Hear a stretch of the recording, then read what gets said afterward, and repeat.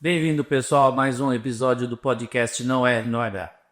Nosso episódio de hoje, ele trata de um assunto bastante delicado. A gente quer falar com calma e com cautela.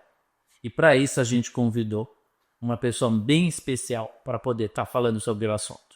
A gente também tem que agradecer aos nossos patrocinadores, que é a Cutinar, a Ritaco Seguros e a Trilha Empregos. São eles os nossos patrocinadores.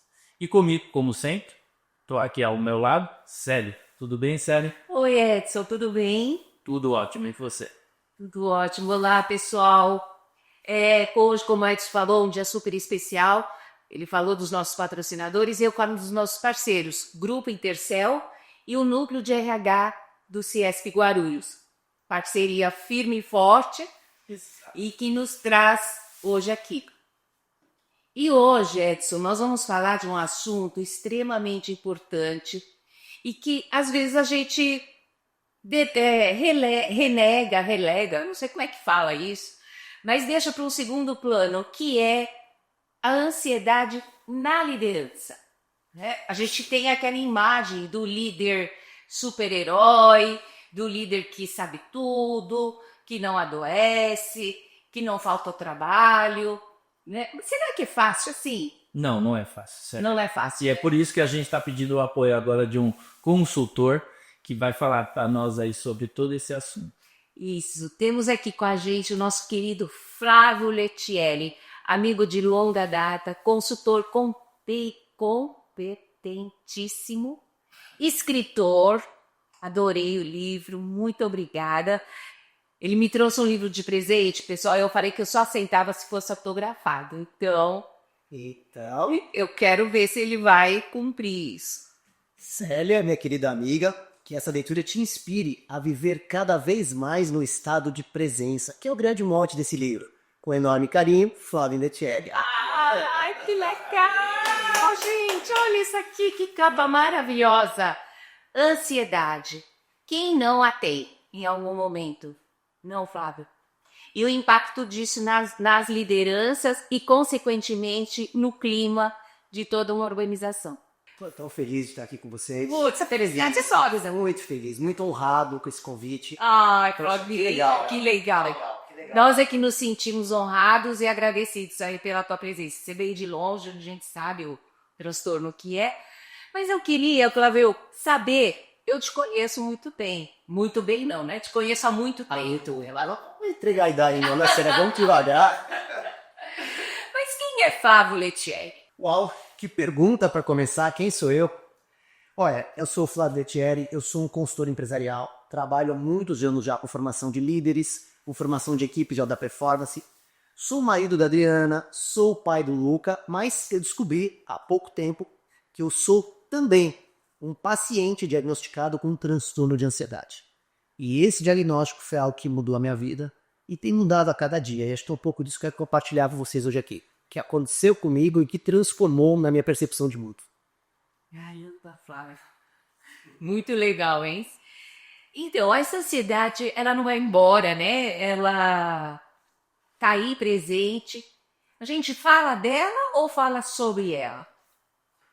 Sério, eu falo dela e eu falo sobre ela, as duas coisas, porque ela é algo que faz parte da minha vida e é algo que eu preciso falar muitas vezes sobre ela, alguém que eu quero manter uma certa distância, uma distância de segurança, para que eu realmente possa me manter bem. O que aconteceu comigo foi uma experiência traumática para algumas pessoas, uma experiência que é similar a uma experiência de quase morte. Basicamente, eu estava vindo de uma maratona de trabalho, né, trabalho como consultor, viajo muito, viajo o Brasil todo, e finalizando uma maratona, cheguei em casa normal, tranquilo, encontrei minha esposa, meu filho, almoçamos, tudo tranquilo. De repente eu comecei a ficar estranho, fazendo algumas perguntas assim meio desconexas, como quem não sabe o que está falando. Como eu sou muito brincalhão, a Adriana achou que eu estava até brincando com ela, até que ela percebeu que tinha algo realmente errado. E aí, para encurtar a história, a gente não precisar ir muito longe, nessa ida para o hospital, eu perdi minha memória de curto prazo, eu não lembrava o que tinha acontecido, eu fui parar no UTI e sem entender realmente como que eu estava ali, quem eu era e por que tudo estava acontecendo. E a origem de tudo isso foi uma crise de estresse e a base de tudo isso foi exatamente a minha ansiedade. Algo que eu jamais imaginaria que eu tivesse. Então é por isso que eu falo sobre ela, falo com ela, falo dela e escrevi sobre ela, porque eu acho que realmente foi uma mudança de vida para mim, de percepção de mundo e que eu tenho contribuído com as pessoas em cima disso também. Aí você me fala do estresse como causa da ansiedade? É só o estresse que causa ansiedade? Célia, é difícil a gente falar de uma única causa. O estresse é aquilo que está aparente, é aquilo que é perceptível. Mas se a gente mergulhar um pouquinho mais, lembra quando a gente fazia aqueles treinamentos de liderança, que a gente falava da técnica dos 5 porquês? Mas por quê? Por quê? Por quê? Você começa a perceber que isso aqui está muito mais dentro das nossas emoções, na nossa dificuldade muitas vezes de aceitar que nós podemos falhar, na dificuldade da gente ter medo de não querer errar. A gente está tentando se provar o tempo todo, querendo conquistar o tempo todo. Então, o estresse, ele é, na verdade, muito mais uma consequência do que uma causa. A origem disso são as nossas emoções. A gente deixa lá dentro, guardadinho, quietinho, e quando vai perceber, elas estão borbulhando lá e nos levam para uma UTI de hospital. Você começa o seu livro, Flávia, dizendo que a ansiedade não some. Não só. Ela tá ali. Ela tá aqui. Ela tá ali, ela tá aqui. Isso já é um solto de realidade para quem sofre de ansiedade. Como que você chegou nessa conclusão? Célia, é um suco de realidade porque nós, os ansiosos, nós queremos controlar o mundo à nossa volta. Nós queremos controlar o futuro. A gente quer garantir que nada de mal aconteça no futuro. Então você quer ter a todo momento o domínio da situação. Agora, quando você percebe que existe algo em você que está pulsando, que está latente, e que você vai ter que conviver com isso ao longo de toda a sua vida, assim o cenário muda. É o que aconteceu comigo. Então eu percebi que eu tinha algumas possibilidades. Ou eu iria simplesmente viver de ansiolítico pro resto da vida, ou eu iria me cuidar, procurar ajuda psicológica, procurar o autocuidado, ou seja, durante tanto tempo eu ensinei para líderes como se cuidar, mas eu mesmo não estava colocando em prática o que eu ensinava. Então, para mim, foi um ato de humildade, realmente, de descer do pedestal do professor, daquele que treina o líder, para falar, não, peraí, eu preciso de cuidado, eu preciso de ajuda. Então, entender isso foi um choque. Mas para isso acontecer, eu precisei cair. E cair significa ter ido para o hospital e causado uma dor imensa nas pessoas à minha volta. E qual é a diferença entre uma ansiedade normal e aquela que te incomoda, que vira uma vilã no dia a dia, né? Aquela que realmente te leva para um hospital, te muda a tua rotina de vida. Qual a diferença? Porque ansiedade todos temos, né? Essa é uma ótima pergunta, sério. Eu acho que a melhor forma de explicar para vocês isso é a gente voltar lá nas telinhas do cinema, no filme Divertidamente, que eu acho que é um filme que hoje é obrigatório em qualquer mundo corporativo. Entender esse filme, a metáfora que tem ali, ela é incrível. Mas quando você pega o primeiro filme, a gente fala de 4 emoções básicas. A alegria, que todo mundo quer, mas você tem ali a raiva, o medo, a tristeza. Então a raiva, ela tá aqui o tempo todo, funcionando, e você pode controlar ou não. O medo é aquele que pode nos paralisar. O medo ele pode me levar a uma superação, olha que palavra legal, superação, ou ele pode me paralisar.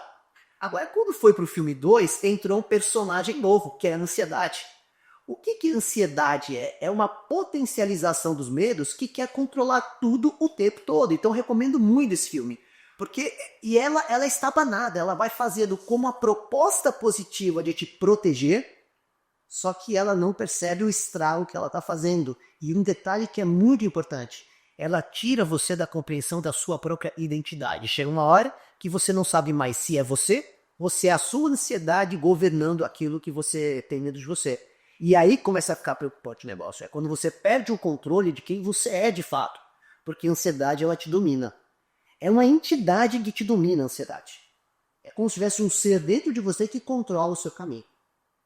E ela controla para ação ou mais para imobilização? Te imobiliza?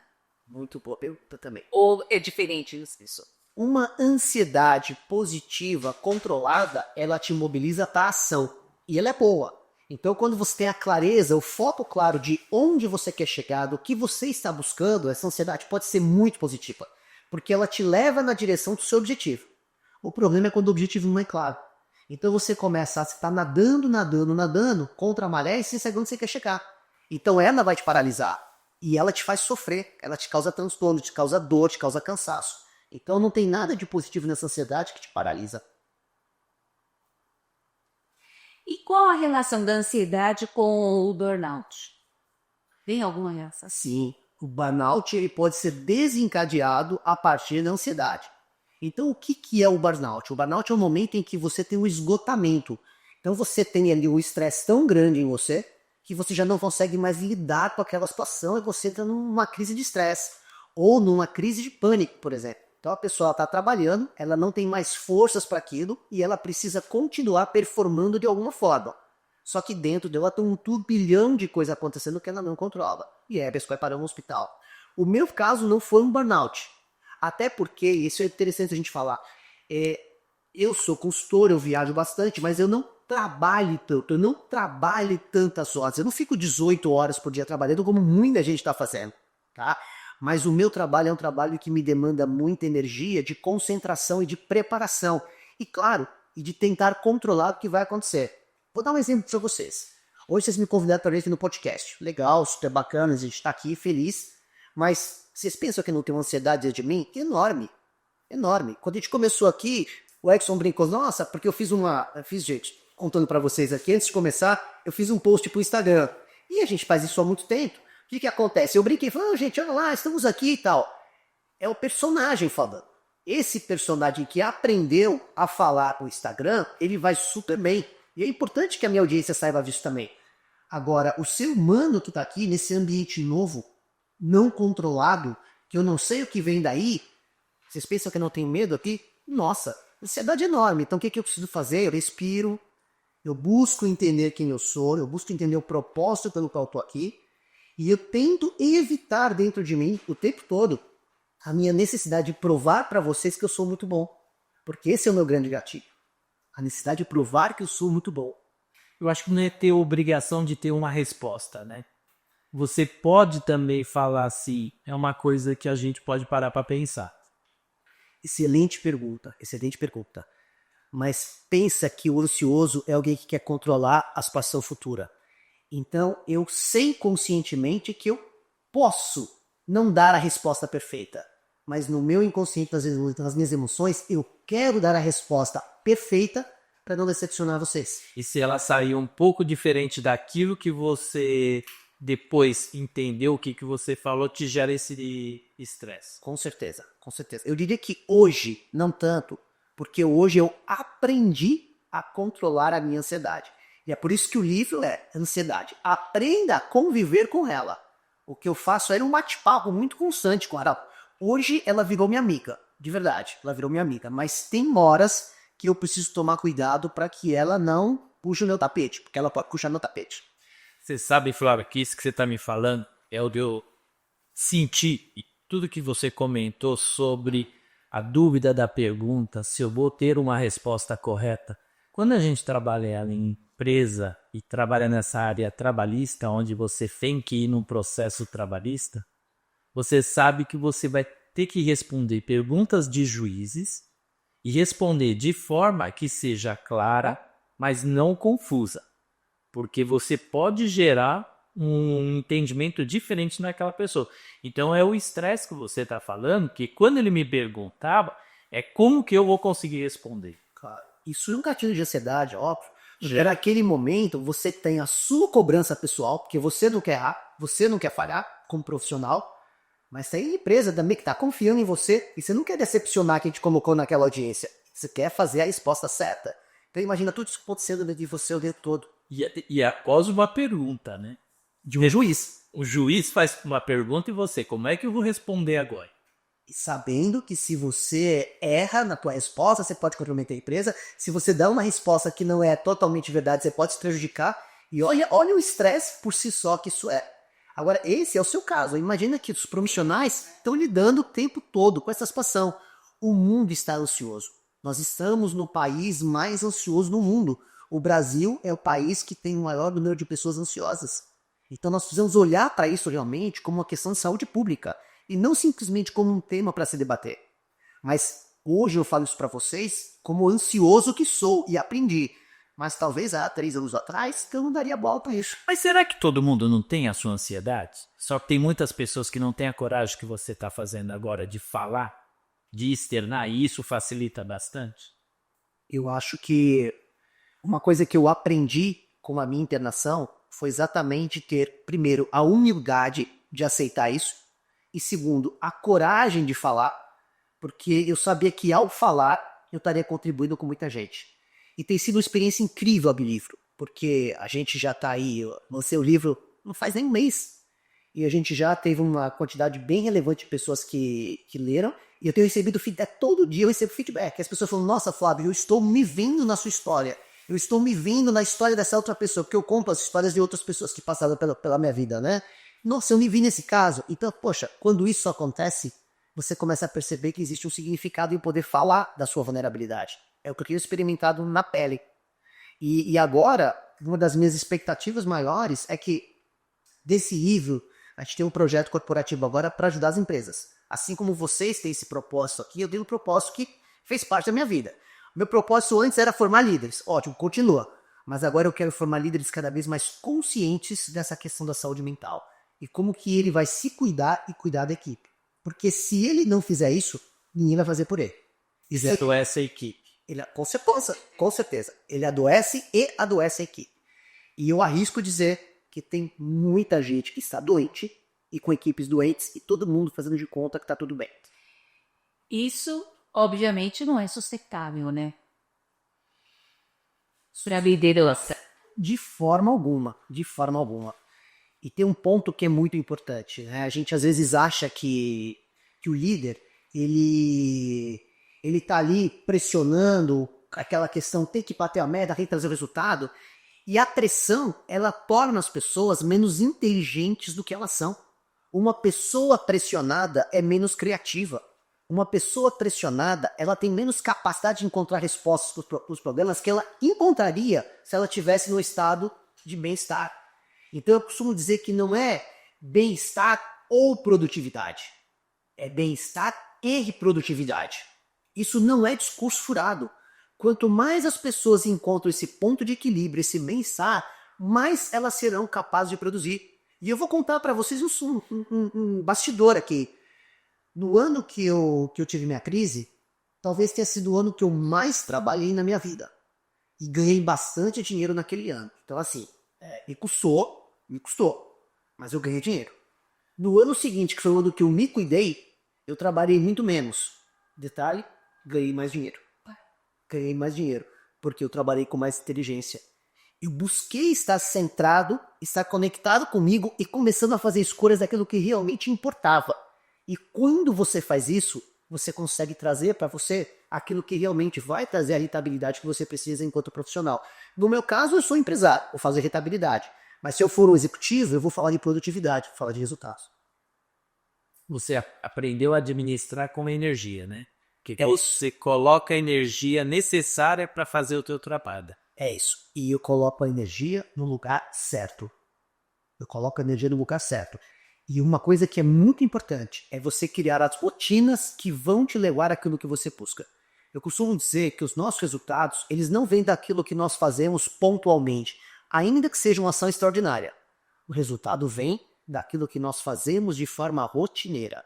Então, quando você começa a priorizar algumas rotinas para você, que vão te levar onde você quer, o resultado vai acontecer. Então, por exemplo, eu não começo o meu dia se eu não fizer a minha meditação. Se eu tiver que acordar mais cedo, eu vou acordar mais cedo, mas eu vou fazer a minha meditação, porque eu começo o dia esvaziando a minha mente, para que aí possa vir aquilo que é produtivo para que eu possa os meus resultados. Eu passei por algumas crises de ansiedade também, e que me motivou a antecipar até minha aposentadoria. Um belo dia, 9 horas da noite, eu tive essa sensação de quase morte. Eu sozinha em casa, coração dispara, você sente os braços dormentes, as pernas dormentes, parece que você tá fora de si. Falei, nossa, será que eu tô tendo um infarto, né? Alguma coisa assim. Me troquei, na hora que eu melhorei, eu fiz respiração nessa hora, tudo aquilo que ensina, né? Respira, tosse, fica de pé, e tal.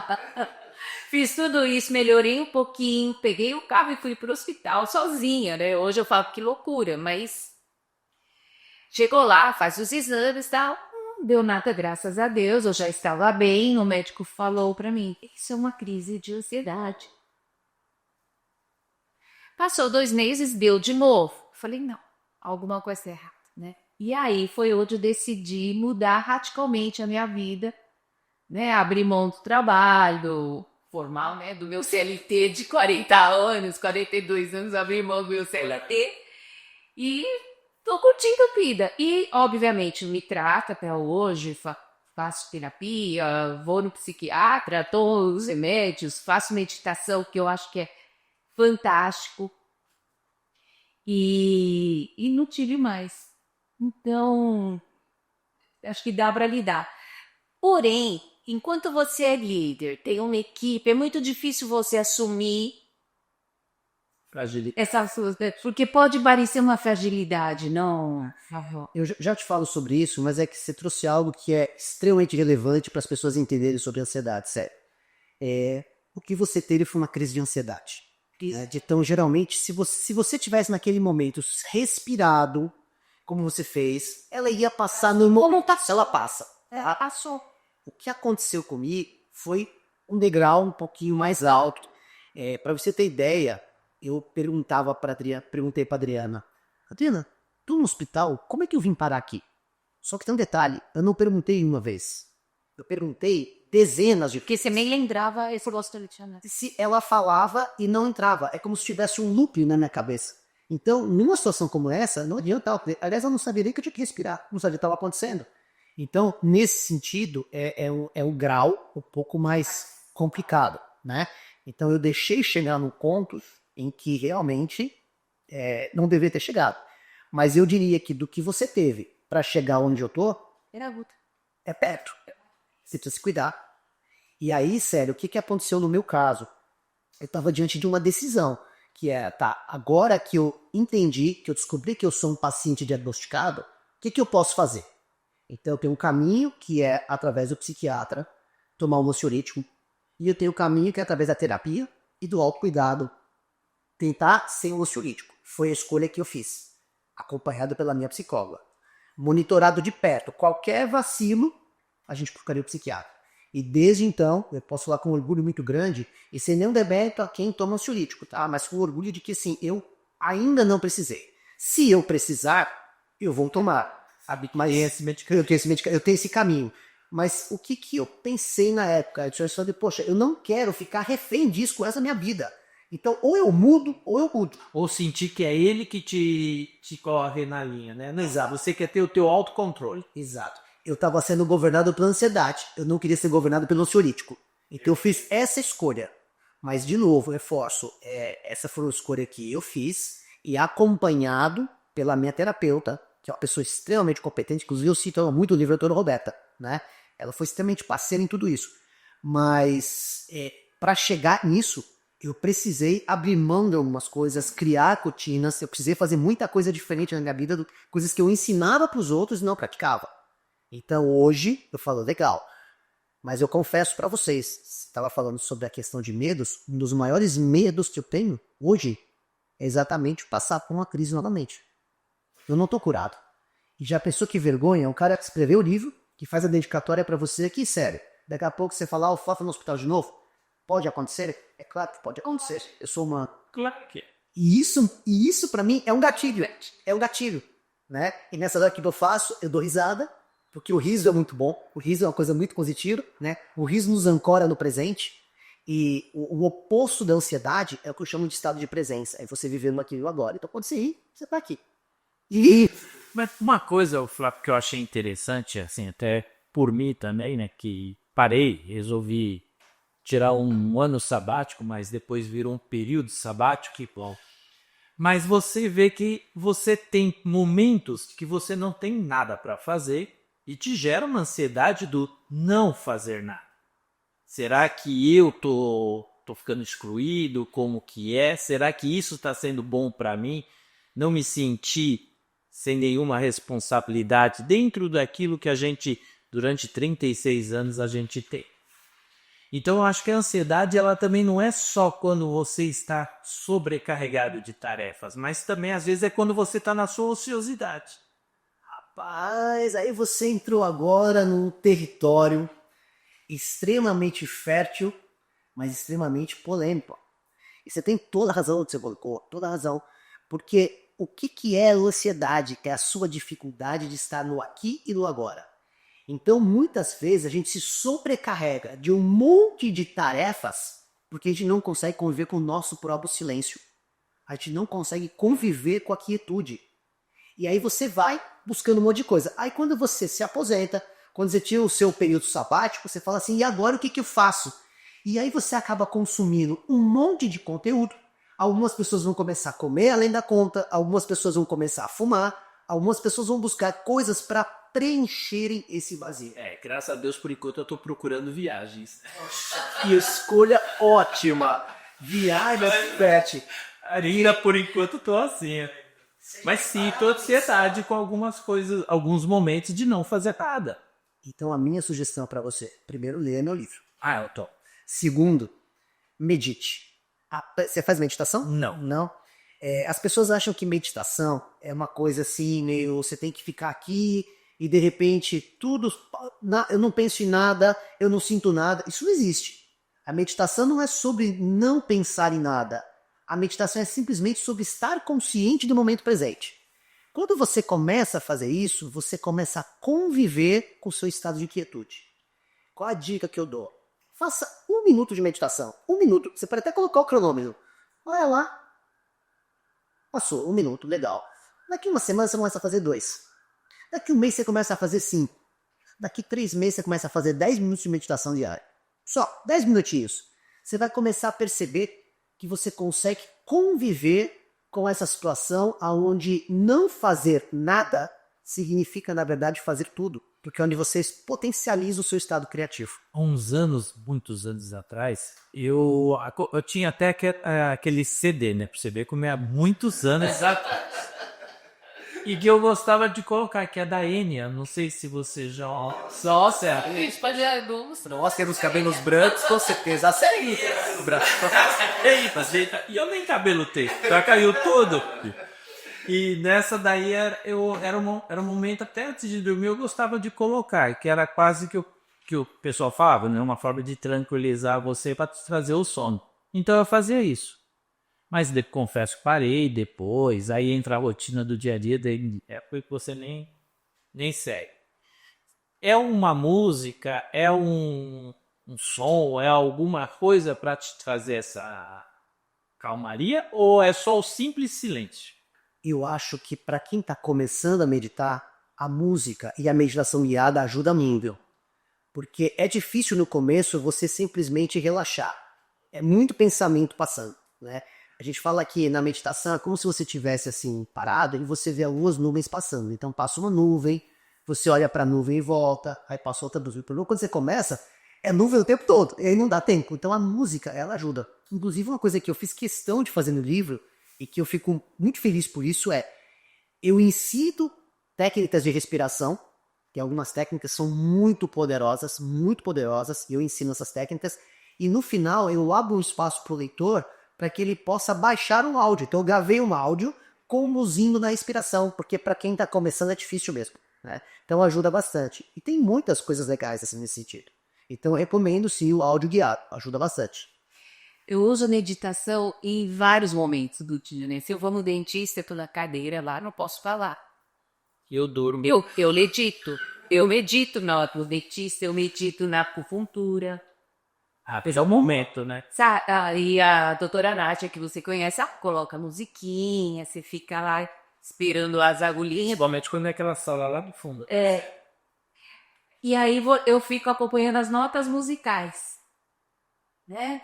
Quantas vezes toca aquela mesma nota? Eu fico nessa. Outra técnica que eu uso bastante é do scanner corporal. Eu vou começar ponta dos dedos do pé, vou sentindo até chegar na cabeça. Terminou, acabou. Outra é a da maçã. Imagina uma maçã, né? Você focaliza comendo a maçã, o barulho que ela faz, o gosto, o cheiro, a cor que ela tem, a textura. São técnicas. Você Aí eu vai. levanto e vou comer uma verdadeira. Sim, pode ser, depois você pode até comer, mas tenho certeza que você vai com mais Porque é consciência. o momento. E se é isso que você está falando, eu quero quero chamar a atenção porque parece algo simples e banal. E não é simples, mas não. Inclusive, tem um ensino no livro, eu chamo isso de observação silenciosa, é a técnica é o nome que eu dou. É quando você começa a observar as coisas à sua volta e simplesmente se permitir fazer isso. E por que isso é importante? Porque isso desacelera a sua mente. Te põe no presente. Te põe no presente. O grande desafio que nós temos é estar no momento presente.